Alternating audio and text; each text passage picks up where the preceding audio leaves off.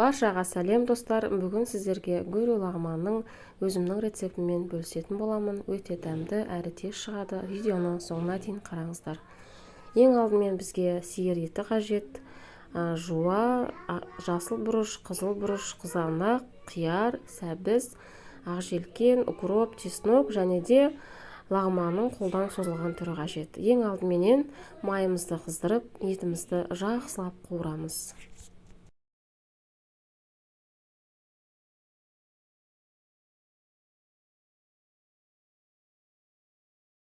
Одан кейін жуамызды қосып, тағы да өте жақсылап қуырып аламыз.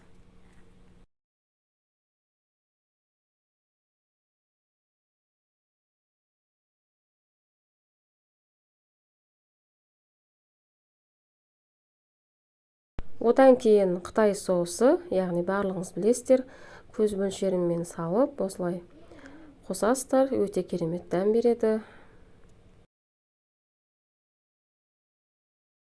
Одан кейін соус, яғни ащы, аджиға делінеді. Кішкене қосасыздар, көп қосуға болмайды, ащы болып кетуі мүмкін. Сосын қызыл бұрыш, жасыл бұрыш, сәбізімізді қосып қуырамыз жақсылап.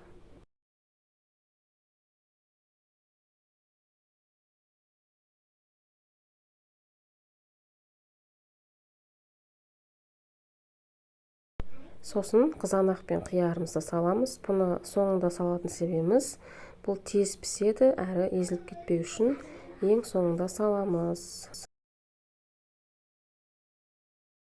Одан кейін ақжелкен мен укропымызды салып араластырамыз. Өте керемет дәм береді бұл да.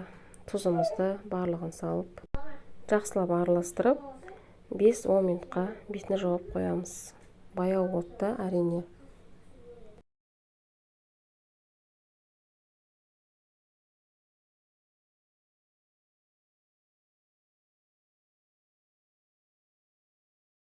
Ең соңында достар, бір ас қасық томат пастасына осындай бір кесе суға жақсылап ерітіп, осылай қосасыздар. Өте керемет дәм береді, етіміз жұмсақ болып піседі. Дәл осылай тағы да 5-10 минутқа қалдырасыздар. Міне достар, біздің лағманымыз дайын, өте керемет болып шықты. Сіздерге ұнаған болса комментарий жазып кетіңіздер. Видеоның соңына дейін көргендеріңізге рахмет.